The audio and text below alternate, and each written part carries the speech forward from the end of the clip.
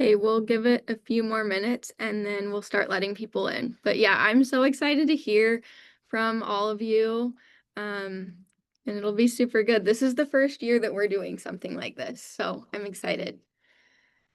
And we had, I think, a few hours ago, we had like 12 people that had signed up.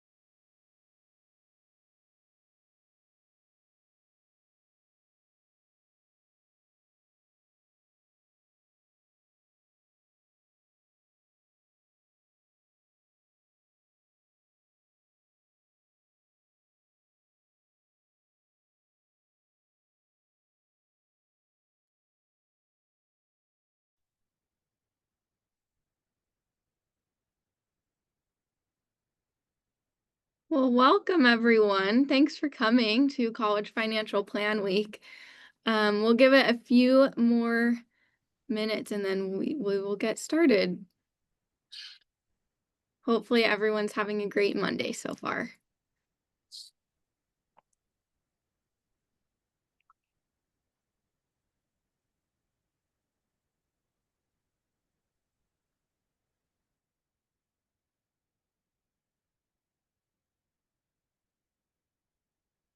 Okay, well, I'm going to go ahead now. Welcome to College Financial Plan Week. This is a panel discussion, and we have two amazing staff here. And then we also have three of our students from the Financial Wellness Center as our panelists as well.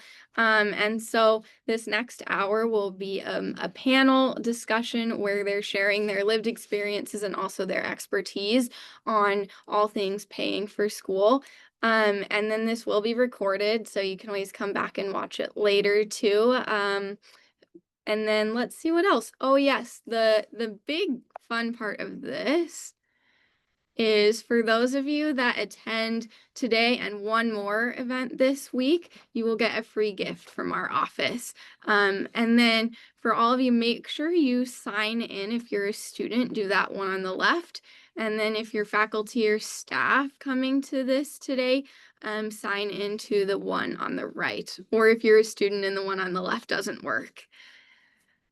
But yeah, make sure you sign in so that you can get your free gift if you attend one more this week. Well, yeah, I'll give you one more minute to kind of scan this and then we will start. And if anyone has questions throughout this, we aren't doing an official Q&A at the end, but if you do have a question, you can put it in the chat and then we'll send you like more resources or something like that. So feel free to put those in the chat. Thanks. Okay, let's get to know our panelists. So first, Jenna Templeton. Jenna has worked in student affairs at the U for nearly 10 years, and after receiving her master's degree in health promotion and education in 2016, she began her career at the U as a health educator, and last summer transitioned to the new office, CSAR, or Center for Student Access and Resources, and she now serves as the Associate Director of CSAR, which awards students over $2 million annually. She enjoys being a connector for students to make sure they have the resources they need to succeed. Thank you, Jenna, for being here. And then next we have Kenny Nelson. Kenny Nelson serves as Program Manager of Outreach and Inquiries in the Office of Scholarships and Financial Aid.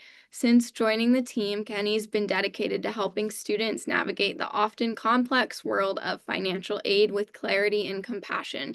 With a focus on accessibility and student support, Kenny plays a key role in connecting students and families to critical resources. We're super grateful to have both CSAR and financial aid here to be a part of this valuable discussion. Next, we have Lauren Berenson. Lauren is a senior studying financial planning and counseling and is an AFC candidate or accredited financial counselor candidate. She has been with the Financial Wellness Center for over a year and is currently serving as a peer well-being ambassador. She loves meeting with students, talking about budgeting, debt, investing, and financial goals. And Leo Guasi. Leo is a sophomore studying finance and information systems in the David Eccles School of Business. As a first-generation student, Leo has maneuvered through the many systems of higher education. Now he works for the Financial Wellness Center and loves to help other students find and navigate resources. And then Ziting Zhu. Ziting is a sophomore studying biology at the University of Utah. She serves as a peer well-being ambassador with the Financial Wellness Center, supporting students in building financial wellness and exploring strategies to pay for school. So that's all of our panelists. We have 5 of them. Oh, and I am Elsa. I'm the program coordinator here. I'll be moderating today. But yeah, we will get started, and I am going to stop sharing so we can see the panelists as they're talking. So, first question is for Lauren and Ziting. There are 3 primary ways to pay for school: someone else's money, your own money, and borrowed money. Could you briefly walk us through each of these options, and which one have you personally relied on most, and what was that experience like for you? Okay, so to kind of start with like a little walkthrough of what those are, someone else's money. This is essentially if you've got parents who set up a 529, if your parents are financing your education, a family member, um, scholarships is another big one that's somebody else's money. These are usually offered up by various private or public institutions. They're a great way to finance school. And then borrowed money is kind of where we get into loan territory. And the 2 main loans that students usually take out are federal loans like FAFSA, if you fill out your FAFSA from the government. And then there's also private loans, and these are from places like Sallie Mae, Citizens, and then your own money, which comes from things like working through school if you've had summer jobs and you've saved up. And then there's kind of a little gray area like work study, which is kind of someone else's money, kind of your money since you're working to obtain it. And then when it comes to talking to students about which one I really recommend, at the end of the day, it really comes down to what's working for you, what you have access to.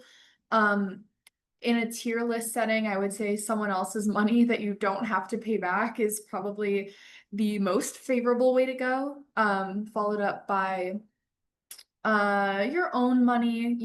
It's a little bit more difficult to work through school, and the students that do that, I have a lot of respect for them, and it's an amazing way to make some contributions towards your education. And then kind of borrowed money at the bottom, we've got the federal loans and then probably private loans after that. Yeah, so I think it really is a pretty unique situation for each student, and every student situation is going to be a little bit different. It's just about kind of blending these things usually. Usually you don't finance your entire education on a scholarship. Sometimes it's not completely loans. So it's kind of finding which ratio of those things is going to work for you. Thanks so much, Lauren. Ziting, do you have anything to add to that? I have a little bit. I just want to share my personal experience. So, my tuitions basically are paid off by half of federal the Pell Grant and then the scholarship. One thing I want to add for applying the scholarship is there's a whole bunch of scholarships opened around the campus, and we always advertise some private scholarship as well. So the best ways to looking those scholarship will be in the website academicwork.edu, and then we will have post a lot of private scholarship as well in the newsletters. So I think there's a good ways to just looking around and apply scholarship. Great. Thanks so much, both of you, on touching on those 3 ways to pay for school and how you've navigated those. The next question is for Kenny and Jenna. So, financial aid can be quite complex and multifaceted. What is the number one thing you wish students knew when it comes to financial aid, and why is that one thing so important for students to know?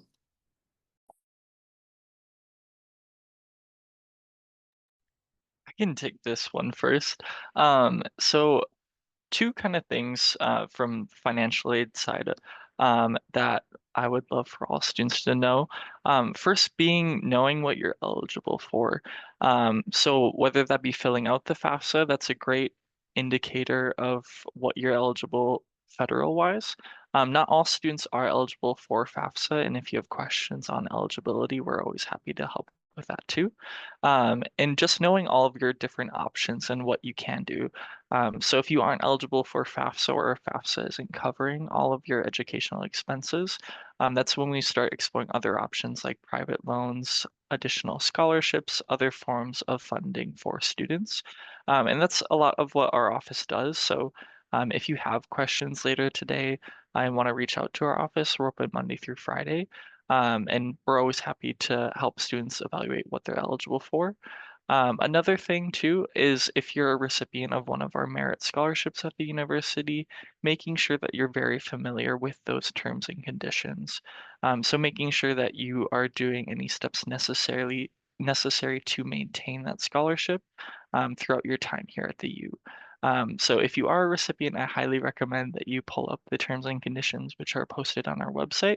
I'll put those in the chat here. I'll put our website as well as our scholarship, both departmental and private scholarships. I'll put those in the chat for everyone. But yeah, Jen, if you want to add something. Yeah, there's many ways to answer this, and it's hard to choose just one. So maybe I'll try to squeeze in two. The first is if you or yeah, maybe a couple. Fill out FAFSA every year if you're eligible. I think a lot of incoming first year students think they're one and done, but you're losing out on potential aid if you don't fill it out every for each new academic year that you're in school. And then the second piece is a lot of students don't realize that they have to accept something like federal work study in order to be hired for a federal work study job. And so that might be something that was offered in your financial aid package, but you actually have to accept that. And then also, we're in a really loan averse time right now, or debt averse time, which makes a lot of sense. But I do think that loans offered through, your financial aid package can be a really useful tool if you're choosing wisely. So choosing subsidized loans and then coming up with a plan for how to pay those off in a reasonable and safe manner is what we recommend to students who come see us. We say, consider loans, meet with financial wellness for coming up with a plan to pay those back. Those would be my key points around financial aid. Thank you so, so much, both of you. Those are great. And I'm glad that you had all of those to share because, yeah, it is hard to pick just one. Okay. This next question is geared toward graduate students. So Lauren and Kenny, graduate students often face unique financial challenges. What advice would you offer to those navigating the complexities of funding graduate school while trying to balance things like research, work, and personal responsibilities?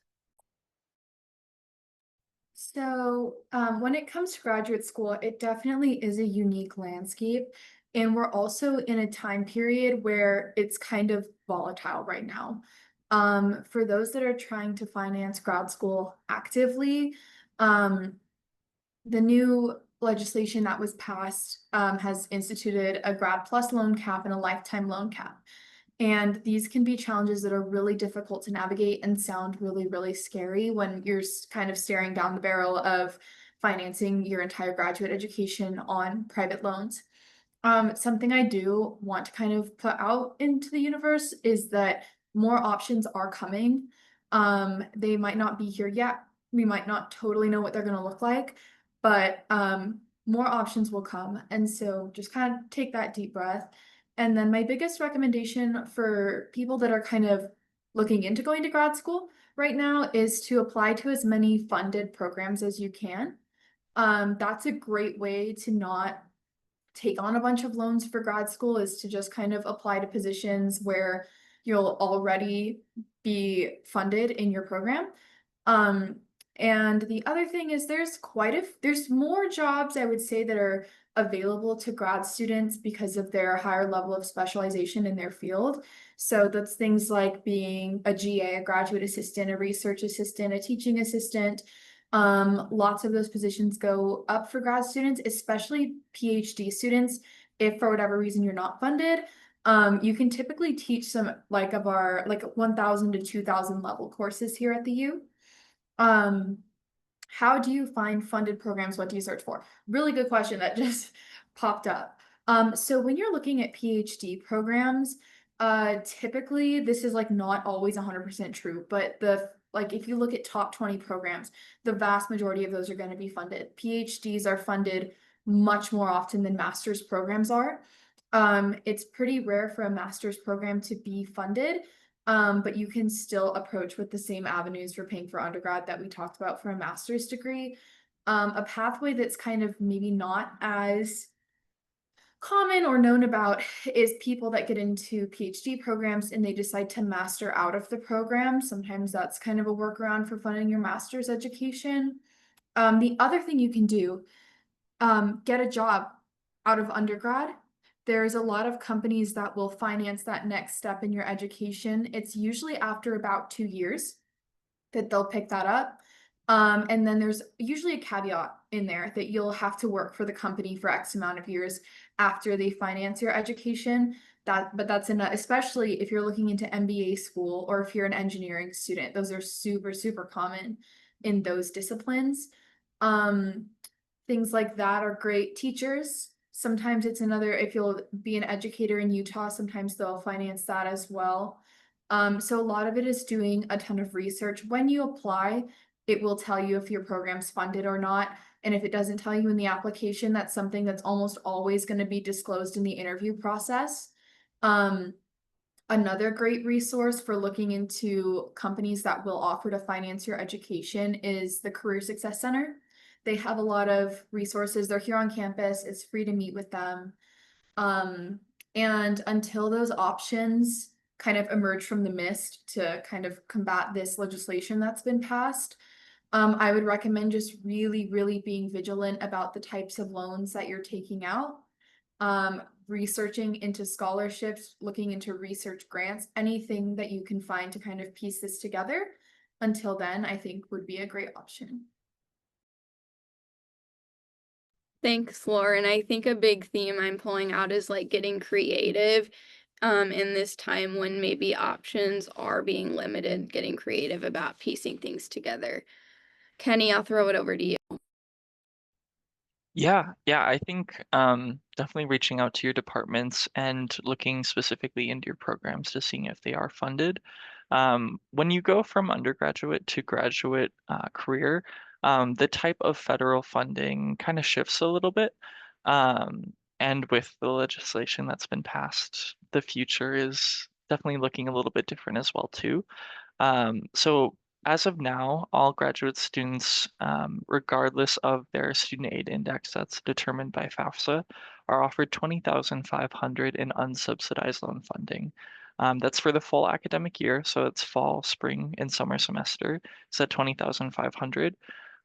So mind you, the undergraduate, depending if you're dependent or independent, those loan limits are up to 12,500 if you're independent. So you do have additional federal loan eligibility as a graduate student. Currently for 25-26 we still have Graduate Plus loans that we are awarding out.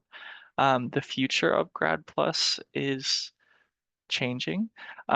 So students this year that take out a Graduate Plus loan will be grandfathered into the new system for the next 3 years. So likely if you are currently in a graduate program and this is your first year, or you're nearing the end of your graduate career, you will be grandfathered in if you have a Grad Plus loan originate during this 25-26 aid year. After July 1st of next year, we will not be able to initiate any new Graduate Plus loans for students who have not taken out those before. So we will see what other options are presented, if it will just be the 20,500 unsubsidized, and that's the only federal option, or if something new will come up as well. You can combine federal and private loans as well too. We do have a tool on our website if you want to explore different private loans. It's a tool called Fast Choice. So under our types of aid tab on our website, if you click on the loans tab, at the bottom of the page is a private loan exploration tool called Fast Choice. You can review different repayment terms, if there's a grace period with them, if it's a fixed or variable interest rate. All of those types of things are on Fast Choice. So that's something I would also recommend as well, is just evaluate your different options. And there is no Pell Grant as graduate students, so that is only offered as undergraduate, and no subsidized loans as well. So only unsubsidized, and for now, Graduate Plus for graduate students. But Thanks, Kenny. I really appreciate you sharing all of those details with us. There's a lot of different caps to keep track of and eligibility and changing. So thanks for sharing that with us. All right. Next question. This one is for Jenna, Leo, and Ziting. When applying for scholarships, how can students balance trying to apply for as many as they can while also making their applications unique and stand out and individualized for each specific scholarship? Leo, let's start with you. Hello, I'm Leo. So for me, I think you gotta balance it out, right? You want to apply to as many scholarships as you can, but at the same time, you want to apply to something that you're kind of not just throw a shot in the dark, and you want to go for something that you're probably gonna get. That's why I think departmental scholarships are a really good option, and that's why most of the time I go for those, because that's a less of a there's less people applying for those, so there's a more likely chance that you apply for it and get it. And something else that I think you need to do when you're applying is that you need to choose scholarships that you have like a story for. So like your story is very important to who you are, and you need to use that to your advantage. So if you struggle in the past with with family issues or something like that, maybe you want to apply for a scholarship that's targeted towards that, and then you have a more likely chance to get that. And you want to use that story to make your scholarship application go all the way to the top. And you always want to do that no matter what scholarship you're applying for. And it makes it so you're more engaged when you're writing the paper or whatever you need to do. That's what I think, and at least from what I gathered in my 2 years. That's awesome. I love the idea of applying to ones where you have a story and you can convey your story. Yeah, you always want to go for your story is very important, is what I've gathered so far. So Let's go to Jenna. Jenna. Yeah, I also have a lot of comments about this one, but I'll try to keep it concise. So the one piece of advice I wish all students knew is they need to be applying on average like 6 to 8 months in advance of when they need the money. So we see a lot of students coming into our center, and I'm sure this is true for FWC as well. They're coming in the semester they need money and asking if the scholarship applications are open. And so I'm speaking specifically for CSAR, but it tends to be common across other departments that the application cycle for the following academic year begins in December, January. So for example, starting December 1, most of our applications will be over and will be open, and those are for awards for the 26-27 year. So what I'm trying to say is that one piece of advice in regard to this question is start early. Our application time frame is open for 3 months, and so that's actually quite a lot of time to get a lot of applications in. Leo had a really great point about don't just apply for everything. I see this a lot with job applications. You can tell who's just kind of like hitting apply and sending in a generic application. But look for those ones that resonate with you and your personal experience or your interest in a particular field. Pay attention to maybe the history of the scholarship or the donor story if that's attached to the application, and try to speak to that in your essay. And then a last bit is keep it somewhat on the short side. A lot of the people that are reviewing these are reviewing a lot of applications, and it's hard to remain engaged as a reader if you're writing a novel. Most reviewers don't necessarily want to read a lot. They just want to have your unique voice answering the specific prompts. And you can say a lot in a short passage. That being said, there's a balance. Don't go too short. But I don't share more than is necessary. And then I'll just also plug, we have been exploring how to cut down on AI in our responses. So we really suggest to students that we don't care if you're not necessarily a good writer. We just want to hear your unique voice, kind of back to what Leo said. And it seems like a hard thing we're up against, but we really want to hear from students themselves and not from something they've entered into a ChatGPT. Thanks, Jenna. I love all of that you shared.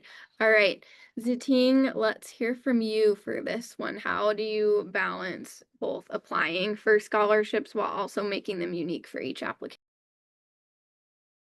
So for me, I think the key is also balancing the quality and quantity. So you don't want to write a brand new essay every time, but you don't also want to just send the same and general applications everywhere.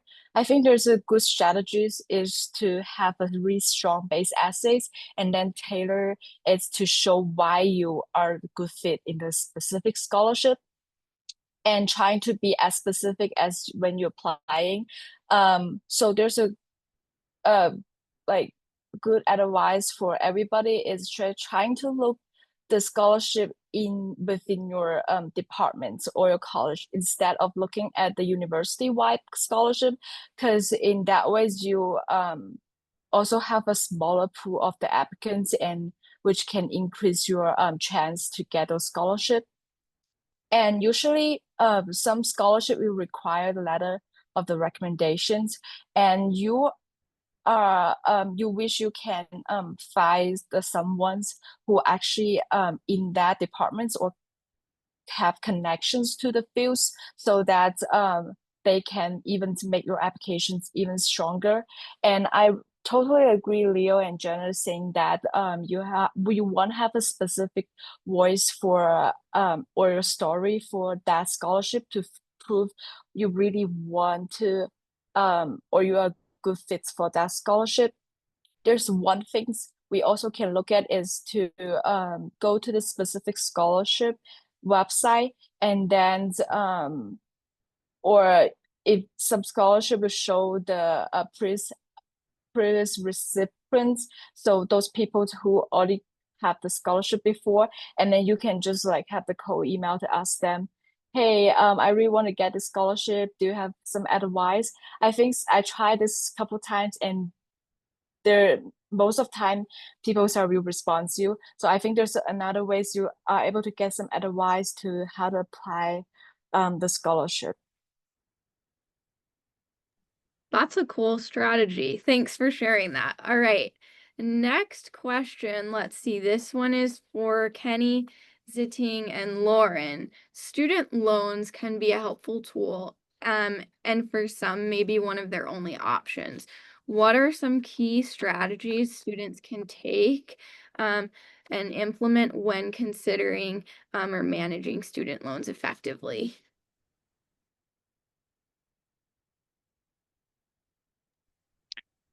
Yeah, I will put in the chat the loans page I was mentioning before. On that page, there's a nice table breakdown of a bunch of different federal loan options. And then on the bottom of that too is the link to that Fast Choice tool for private loan comparison. Just being aware of the interest rates, the grace periods, and the repayment terms for the loans you're getting into, especially if you start looking more towards private loans. Different lenders can have different interest rates. They can be variable or fixed.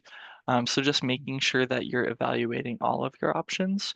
The nice thing on Fast Choice too is you can pin multiple options that you're considering and you can put them next to each other and just see the differences between the two, which one might be the best fit for you or your financial goals.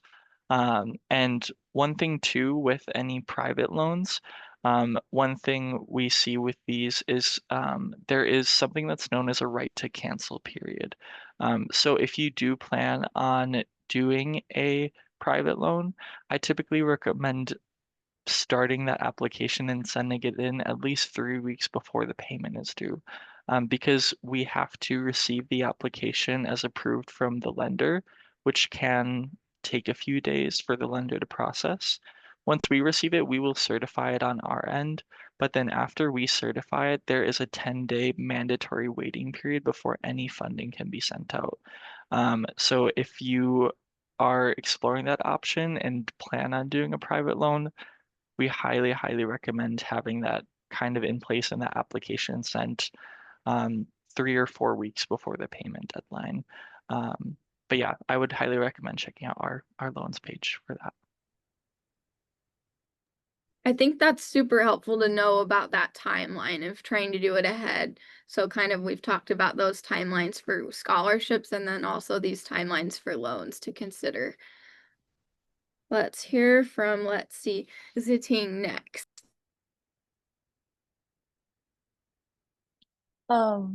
So for how to manage the or consider student loan, the first way I would think of it's always start from the federal loan, and the federal, as we mentioned before, it's have subsidized and not subsidized loans. And then just a quick reminder that subsidized it's government will pay the interest while in your school, so you don't have to pay the interest until you graduate. And unsubsidized loans is available to more students, but interest will start building right away.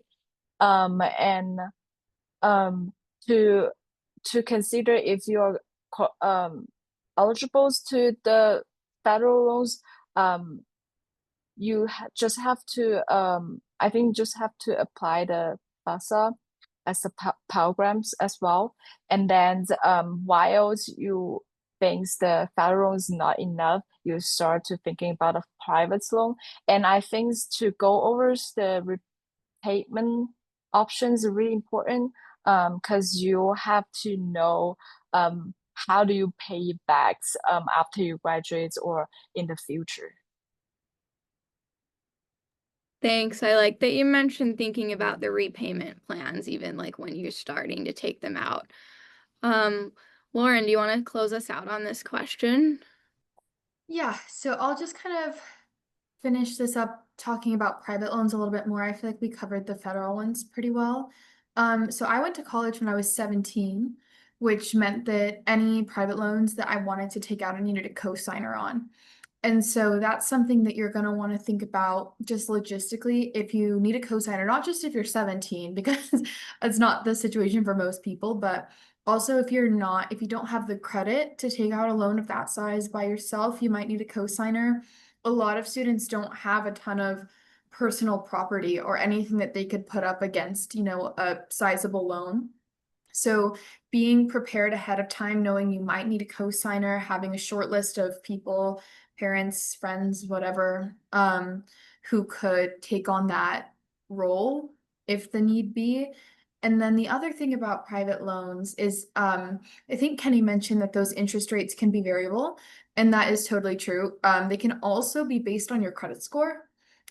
So that's something like, especially if you're thinking about private loans for grad school, start kind of looking into your credit now, and then be aware of those repayment deadlines. Private loans, you can start having to make those monthly payments pretty much immediately. So you want to make sure that even if you took out the loan and you can finance school, we want to make sure that we're not going delinquent on those monthly payments, while also being worried about all the other finances of student life. Because that can kind of become a bad situation pretty quickly, and one that I just want students to know is a possibility. And then other than that, with the private loans, when you take them out, budget before you've signed it off, make a budget with that monthly payment implemented. See what that kind of looks like for you, to know if it is feasible. Another thing, if you're a student who's married, think about that going into it. Think about both of your credit scores as individuals. The background check they run is pretty similar to the one that they run when you apply for an apartment. If you ever applied for an apartment as a couple, or even just like with a sibling or roommate. So be mindful of that.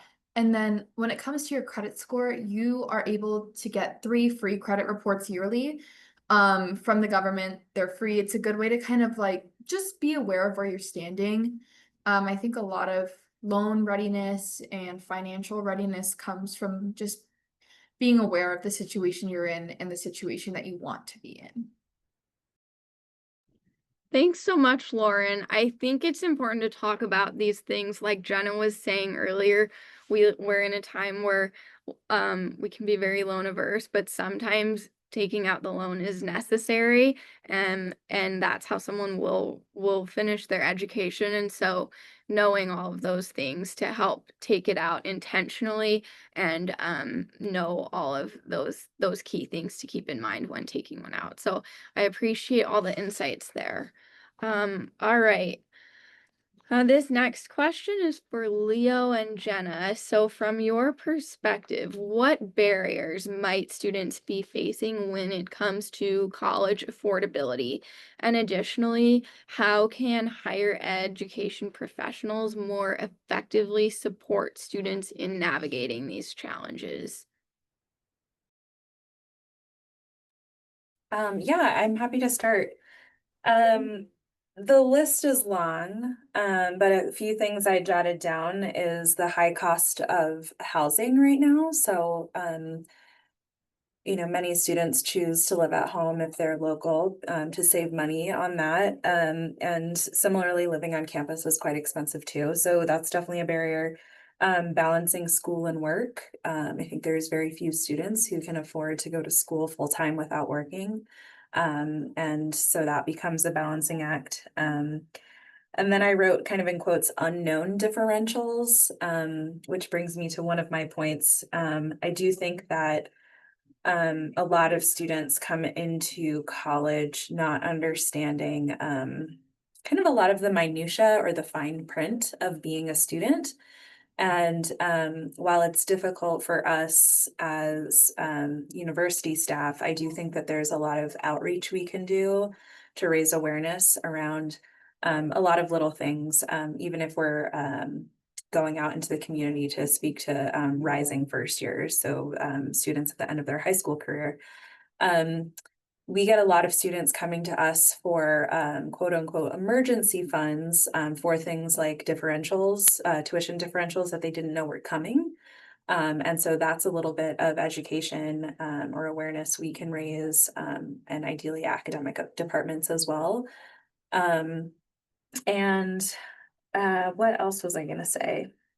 That's really it. I think there's just I think there is a misconception that coming to college is as easy as applying and getting accepted. But it's a laundry list of costs, as I'm sure you all in the Financial Wellness Center talk about a lot. It's not just tuition, it's also books and meals and potentially housing and transportation. And then, something sneaky like differentials, not to mention emergencies that might pop up. And so I think we can do a lot to prepare students for those inevitabilities, so that they are doing the rest of what we talked about today, starting early, applying, saving, all of those things. I love that. Thanks for sharing all of those. Yeah, college affordability is so much more than just the tuition, but all those other things that come with being a student and just living in the world, right? All right, Leo. Yeah, no, like just like Jenna was saying, it's like a thing of like information. I feel like most students coming into college, they're not very informed of all their like their options and all the possibilities that they have. They don't know that much about scholarships. They don't know that much about loans. It's all about being informed, and they lack that information because when, like, for example, if you're a first gen student, you don't really have anyone to ask from your family what to do or anything. And sometimes it's your school counselor, but they're mainly focused on you graduating high school, not what comes after. So it's like you come into this whole world and you have no clue what to do. And I feel like a great way to get to learn what to do is one, research yourself, and two, like you said, staff helping you out. And that's what I feel like a lot of staff can do is like whenever a student comes in, they're like, yeah, this is my first year. I don't really know what I'm doing. I'm kind of lost. Like sit down and be like, hey, they give them like resources where they can apply or whatever, give them like a little lesson. So I feel like most of these kids, like they have the drive and they have the determination to come here. They just like the knowledge to know what to do. And that's what I think is critical about their like first year. I love that, Leo. Thanks. All right. This next question is for all of our panelists to answer. So, creating a proactive and personalized financial plan for college can feel a bit daunting, maybe a lot daunting. So, what are some actionable steps students can take to create a college financial plan that will work for them and their unique needs? Let's start with, let's see, Lauren.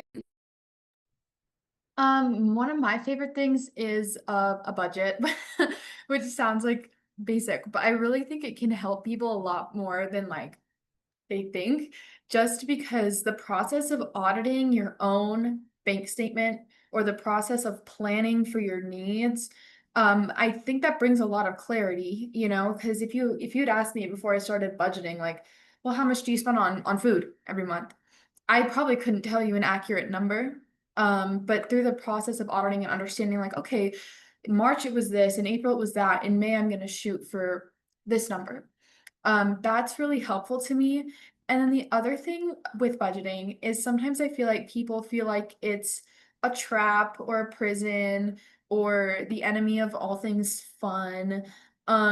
But it's not. I always build my budgets with wiggle room in case a concert comes up, a friend has a party, you know, something like that. Someone needs a gift. And then also knowing, you know, your habits. Like whether or not you think you do, you definitely know them better than anyone else. And so if you know that your climbing membership makes you happy, that's great. Keep it. Don't get rid of it. The point of a budget is to trim the fat where it's not necessary to your physical or emotional well-being and not to feel extremely restrictive. So your budget opens doors, not closes them. I love that. We're biased here at the Financial Wellness Center, but we do love budgeting. Okay, let's go to Kenny next. Yeah, so a step that I highly recommend any students who are eligible for it is completing the FAFSA. So right now we're in the 25-26 aid year. So if you are eligible for FAFSA, you likely have already filled one out. If you haven't filled one out, it's not too late to fill out a 25-26 FAFSA. We can still package students for 25-26 and award out during the semester. The only restriction on awarding is on a semester that has already passed. So you couldn't fill out like a FAFSA for last academic year and get it since those semesters are over. But I will put the link in the chat. The 26-27 FAFSA has opened up. So the link in the chat is just to bring you to the FAFSA page. It is operational. They've been beta testing it. So you can go ahead there, and we typically will start receiving those FAFSA reports around January, even though it opens up around October. That's usually when we start receiving them and packaging them. We really recommend getting in your FAFSA as soon as possible. If you can fill it out, I would just get it done now, because sometimes students are selected for what's known as verification. So that is where additional information is needed for your FAFSA to be processed. When that happens, we reach out to your UMail account. So some students will say like, hey, I wasn't aware of this. Please check your UMail. That's where we will always communicate out with students any official like FAFSA notifications. If you have an award letter that's ready to be accepted in your CIS, that's where you're going to get notified too. But from our side, that would be my next step. If you're eligible, please fill out the FAFSA. Thanks, Kenny. Okay, let's hear from Ziting. One of the things I want to mention is also budgeting, but I feel many of the students or people don't know how to get started. I think there's a good way to get started is to go to our Financial Wellness Center website, and then we have the budgeting spreadsheet and the planners. You can just download it and then look over all the lists to start to figure out your expense and your income. One thing people usually will ignore is the emergency fund. So I will be aware of that and prepared. The another thing about is I would say because your budgetings will, I mean your incomes may be change a lot while you apply the scholarship. So just keep in mind and consider whatever scholarship you receive. Yep. Thank you so much. All right, let's go to Leo. Well, something that I think is also very important is just, we're talking about multiple things right now, but it's important to focus on all of them, not just do, oh, just fill out your FAFSA, don't do the other. It's like fill out your FAFSA, do a budget, apply for scholarships. And, at certain points when, for example, when it's scholarship season, focus mainly on scholarships.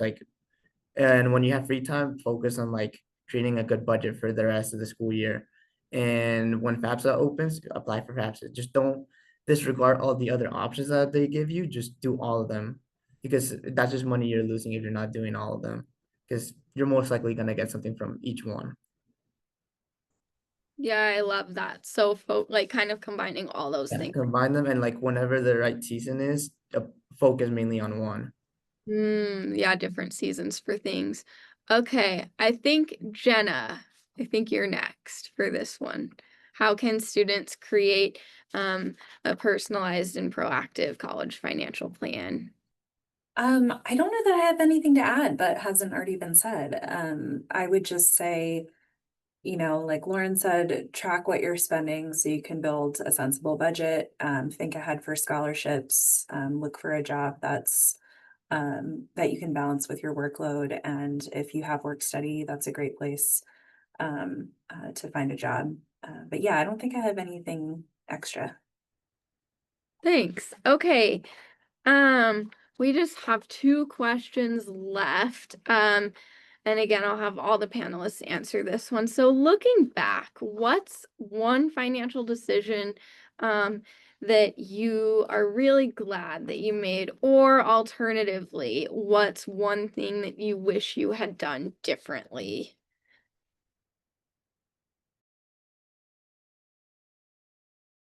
I can start. So something I wish I did differently, honestly, was when I was in high school, like I applied for more scholarships. I always regret that because I didn't really know where to go to apply for them. But what I'm glad I did is that once I got here, I tried to learn as much as I could to see how to apply and how to do all that stuff. So at least I can make up for it now that I'm here. And sure, there's not as many possibilities as there were back when I was in high school, but I still got enough that I'm happy with where I am right now. And I think I made the right choice by looking, even though it's like not the optimal time, but I'm so glad I did it.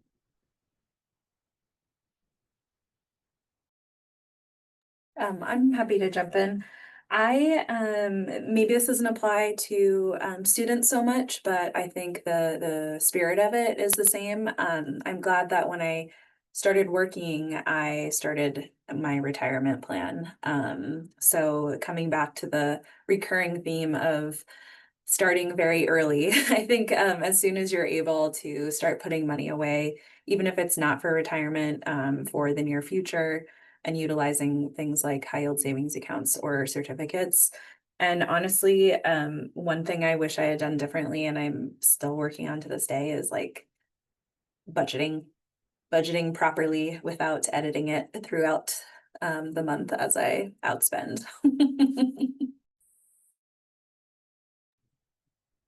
Okay. Something I'm glad that I did was I started investing.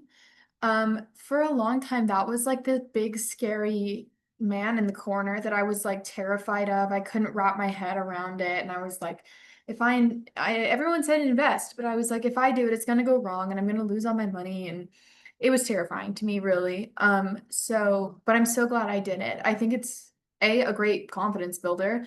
Um, a great like it's such a huge part of adult finance that like getting into it early and understanding some basic concepts, and it goes hand in hand with retirement accounts. I had no idea retirement accounts were investment accounts. And so just like knowing what role investing is going to play in your life, I think is great. Something I wish I had done differently is balance my social wellness and my financial wellness better. I was definitely the type to like I had $20 left in my bank account and my friends are going to a movie, and instead of like I don't know, not spending my last $20, like I definitely would in order and then like that was not the problem. It was all the decisions I also made before I only had $20 left, you know? So practice advocacy for yourself and being able to say, oh my gosh, I'm so glad that you guys are going out to this movie. It's not really in my budget. Or if you find that like a little bit too vulnerable, just coming up with other, gracious ways to kind of excuse yourself from the activity. I promise it's okay. I promise your friends will still like you. And the anxieties that you experience in that situation are valid and hard to work through, but just that was my experience.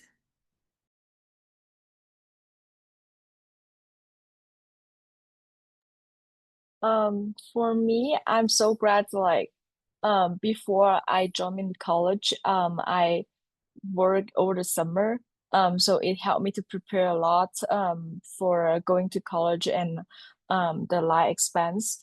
One things I was also I wish I can do it early is budgeting. Um, so because it's I can imagine like how fast like small expense add up. Because if I did not check those small expense, it will add up really quickly. And in some house, I would just feel I lost a lot of money. But so yeah, I wish I can start budgeting early and um make my life more easier. Yeah, I one of the biggest things that I am really glad that I did every year was completing the FAFSA, which is funny because I work in financial aid now. But it really helped me afford college. I was able to qualify for the Pell Grant each year, which really helped me fund my undergraduate career.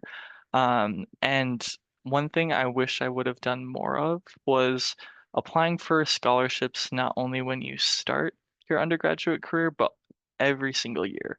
I had some scholarships some private scholarships. I had a provider reach out to me to my junior year for a scholarship I didn't initially get my freshman year. Some funds had became available and they still had my application on hand, and I was awarded it my last 3 semesters of my undergraduate career. So those applications, even if you don't think you're going to get it right away, still putting yourself out there and reaching out to those providers is really helpful. And it can become a lot applying to scholarships back to back, but it really is worth it in the long run. And just be checking those scholarship pages, Academic Works and Scholarship Universe, once or twice a month, because Like we've touched on before, different departments in colleges have different application periods. So what you might see now could be completely different to what's on there next month. So just keeping your eyes out, seeing what you're possibly eligible for, what's out there for you. That would be my biggest recommendation, something I wish I would have done the entire time. I love that. All right, our final question is for everyone is what are your final 2 cents that you would like to share with us today?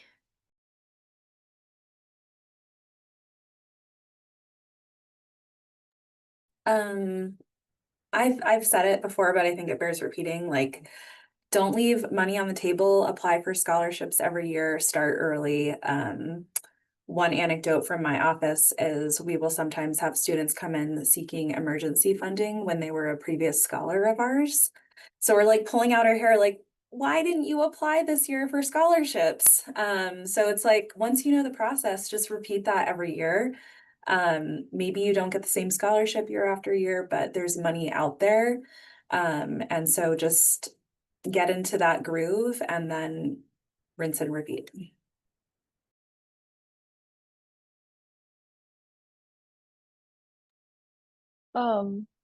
There's 2 cents I would like to share. It's just don't be afraid of ask for help and use resources around you. If you don't know how to start and you're completely lost, I would suggest just make appointments with our peer wellness ambassador or our one of the counselor in our center. And the another one is just start small or simple habits like budgeting or applying for one scholarship of time, and which really can add up and make a big difference over the long run.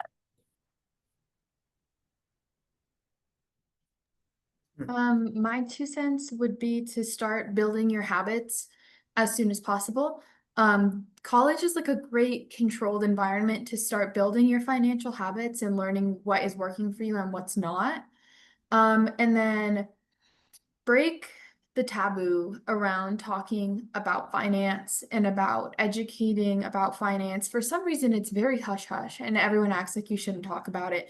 But you can always come talk to us at the Financial Wellness Center. And you can talk to your parents, you can talk to your friends and their parents if your parents don't want to talk about it. You are entitled to and have the right to the most accurate and helpful financial education out there. And you should never feel bad about asking questions or seeking that out. Yeah, something that I would say that you need to do is just be proactive, you know. You gotta look for the future. So like Jenna said, like you gotta like some students and then like the next year don't apply for the scholarship that they were supposed to. So that's why you gotta keep watch for what's gonna happen in the future. Like if you know, oh, I'm gonna need money for the next school year, apply, look out for scholarships, even though right now you don't need it. In the future you are, so be proactive. Yeah, and I think my final 2 cents is just reach out to us if you need anything. We're happy to sit down with students. We don't make any appointments with our office. We're open until 5 p.m. Monday through Fridays. We're located in the Student Services building on the first floor, so kind of across from the school store behind the park building or the President's building. We help students complete their FAFSA. If you want to sit down with someone and complete your FAFSA, if you've never done it before, we're happy to walk you through that process. All we ask is that you bring your own personal computer to complete it on. We've had students come in with their parents to complete it together. That's totally fine. If you work during the day and can't come during the day, you can send us an email and we can respond back to you that way too. I'll put our contact information in the chat here too. But yeah, we're happy to help if you have any questions or want to dive into more your personal circumstances too. But Perfect. Well, thank you, panelists. This has been a really great discussion. And it's been genuinely fun, I think, to talk about all the different aspects of college affordability and all these things to think about. So hopefully for those of you listening, this has made you feel a little bit less alone on this journey of funding your education and beyond. And know that you have all of the offices here today, plus many more that are here to support you, and you don't have to go through this alone. Let me share my screen one more time. Make sure that y'all have gotten the sign in. Let's see. And we'd love to see you. If you want to attend one more event this week, you will get a prize from us. It's a movie ticket and an Inti coffee voucher, and then a few other little goodies. So make sure that you have filled out the QR code so we get you checked in for today. I'll leave this up, but yeah, thank you so much, and I hope you have an amazing rest of your week. One more week until it's fall break. We can do this. All right. Bye, everyone. Hope to see you next or the rest of this week. Thanks, Elsa. Thank you.